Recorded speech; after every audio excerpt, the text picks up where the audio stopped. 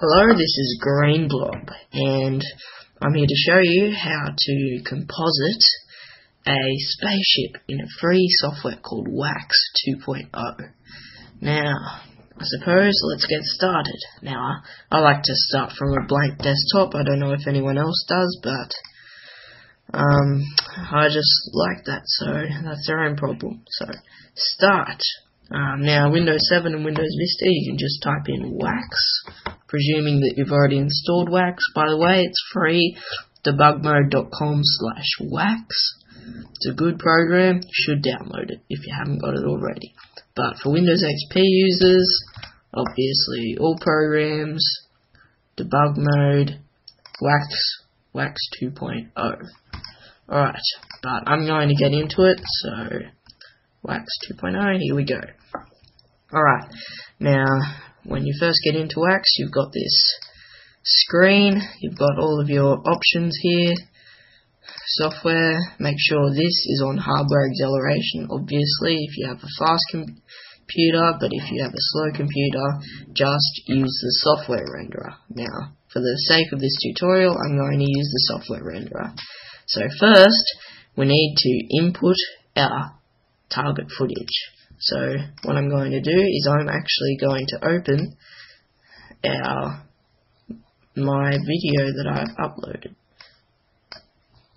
Now this, you've probably seen it before, is just the basic one that I uploaded.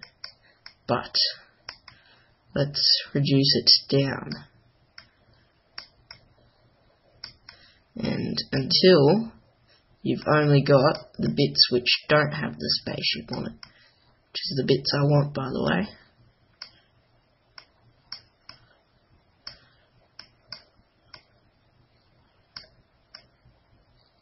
Alright, so go where the spaceship is out of the scene, and then cut to that position. And just cut the end off here. And there you go. Alright, so now we need to drag that down, add a new media file, and then go into the Space Models collection. Don't worry, I'm going to be uploading this file. So we go to Spaceships,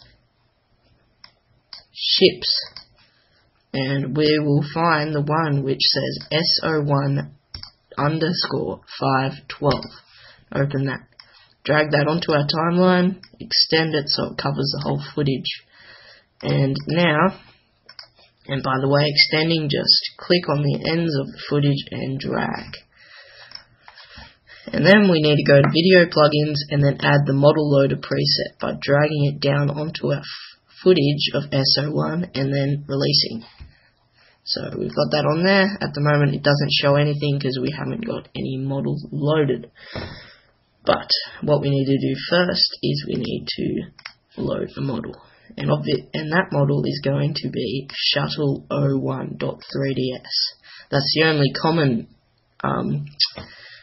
format that Wax supports, but it also supports MDL and Quake 2 format. So, okay, now we've got a nice model to play with, and what we can do is we can actually use the transform controls to manipulate that object.